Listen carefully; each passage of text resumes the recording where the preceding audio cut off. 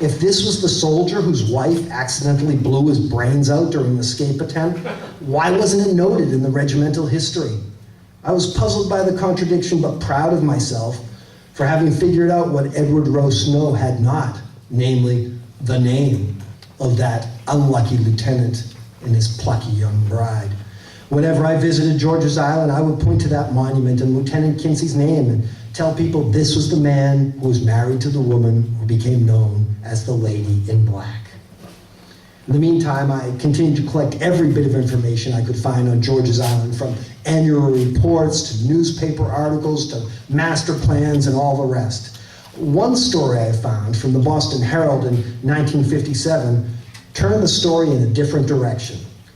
The island caretaker, when asked about the Lady in Black, said, and this is my island caretaker accent here, "Well, sir, I've heard that story two ways. She was the wife of a Confederate prisoner. One story says she got permission to visit him and came regularly. Then one day she changed clothes with him. He got out and was never seen again. They found her in the cell. Don't know what happened to her after that." The second version, the caretaker said, was a little more exciting. That one says she came in armed and made her way into the dungeons, but she was caught in his cell and fired on Union officers. The shot went wild and killed her husband. That story says she was hanged on a gallows near the moat over there, hanged in a black dress.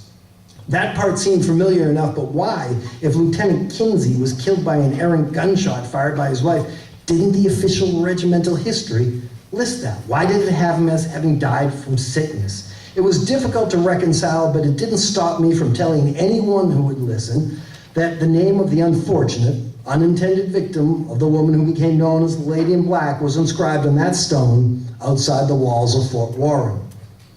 Then, in 1985, a story in the very short-lived Boston Sunday Herald magazine took things in a completely different direction.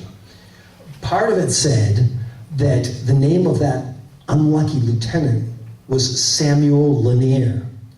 Well, I didn't know where he had gotten that. The writer's name was Eric Stang, and he didn't have any sources. I mean, this was just a newspaper magazine story. But it certainly intrigued me because I knew that Samuel Lanier was one of those 13 names on that monument. So, the next summer when I visited George's Island, I'd tell the story of the Lady in Black. But instead of pointing to Lieutenant Kinsey's name, I pointed to Samuel Lanier's name. Toward the end of summer 1987, Susan Wilson wrote an article on George's Island for the Boston Globe Calendar magazine. After admitting that her sources were a little shoddy, to say the least, she came up with what I had come to consider Lady in Black boilerplate. The recently married wife of an imprisoned soldier made her way north, found her way out to the island, reunited with her husband. Her gun exploded in their escape attempt and he died. She was tried for treason and hanged on the island. That all came from Edward Rowe Snow. I'd read it many times before, but the reporter had something new. She claimed their plan was to incite a rebel rebellion in the fort's prison. Most shocking of all was her statement that the name of the unlucky lieutenant's plucky wife was Melanie Lanier. Was this correct? Was Melanie Lanier the name of the Lady in Black? If so, I thought Susan Wilson deserved a feather in her cap because she'd come up with a very important piece of information that Edward Rowe Snow never had and that I never had. And just before Halloween 1988, the Boston Phoenix ran a piece called Boston's Trail of Terror. The writer, a man named David Bromley, clarified something too. Where Edward Rowe Snow wrote that the plucky bride's journey north had been facilitated by the Underground Railroad, Bromley wrote that it was by an underground network of spies. That made a lot more sense to me. The Underground Railroad, as I knew it, transported escaped slaves north, not the newlywed wives of imprisoned rebel soldiers. Now, Bromley said she stayed with a sympathetic Southern family in Hull who outfitted her with a telescope, which she used to mark the changing of the guard on the island. It wasn't a long article, but the writer answered some of the questions raised by Snow's written accounts. The thing that confused me was his statement that Lanier managed to get a message to his wife in Georgia. since they had only been married a few weeks. I assumed she was from North Carolina, perhaps the same town as Samuel Lanier. The reference to Georgia seemed like a clear mistake to me, but then I found it again and again. The following Halloween, you get the impression most of these articles appear around Halloween. The following Halloween, in another calendar magazine piece, Susan Wilson called the lady in black the Hub's most renowned specter. And she again identified the lady as Melanie Lanier. This time she went to Al Schroeder, who was a military historian at the old MDC. Anyone remember the MDC? At one point they had jurisdiction of a couple of the harbor islands, shared it with the state. Well, the story Schroeder told her was hazy at best, but as with most good tales, she said, the variations are as diverse as the legend's countless tellers. As in other versions, the imprisoned soldier's wife made her way inside the fort. But this time, Wilson wrote, Samuel knotted several blankets together, slipped out a Fort Warren window, then helped Melanie tunnel inside.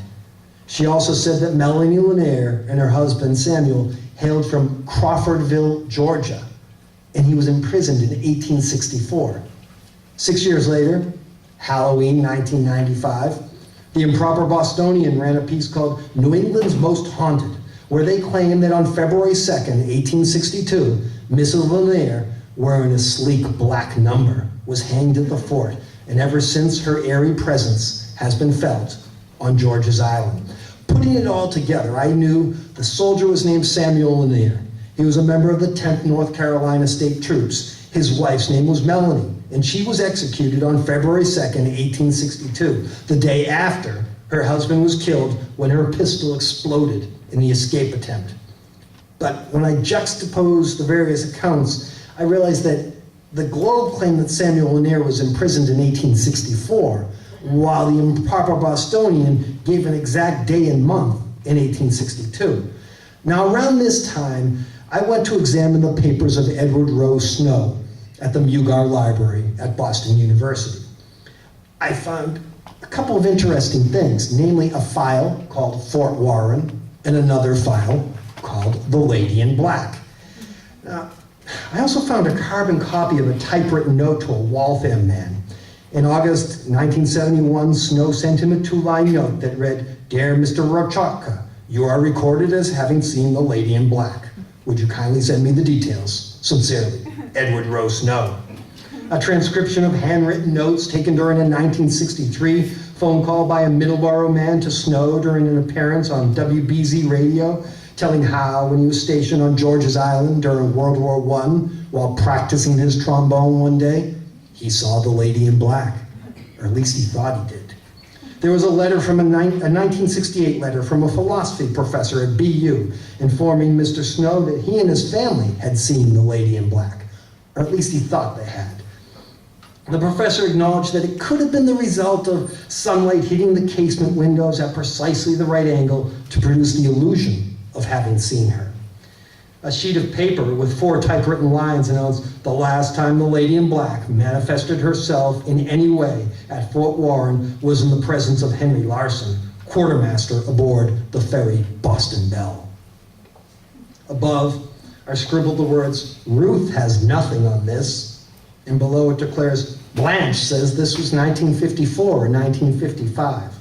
Another undated piece of paper began in type with, the latest incident concerning the Lady in Black took place several years ago when Officer Joseph Boudreau was at the island overnight. In the early hours, his dog started to show apprehension and was released. The canine sped at once to the corridor of dungeons without being told. Underneath, Snow continued by hand. Officer Boudreau watched an amazing event occur, which he will reveal in book form in a relatively short time. There was another scrap of paper, a list of ghosts, including the Deer Island ghost, the Isle of Shoals ghost, also known as the Lady in White, the Owl's Head ghost, the Lady in Black, and the Lady in Scarlet. Then I found an illustrated map of the harbor islands, printed in blue and yellow, with a paragraph of text above each island.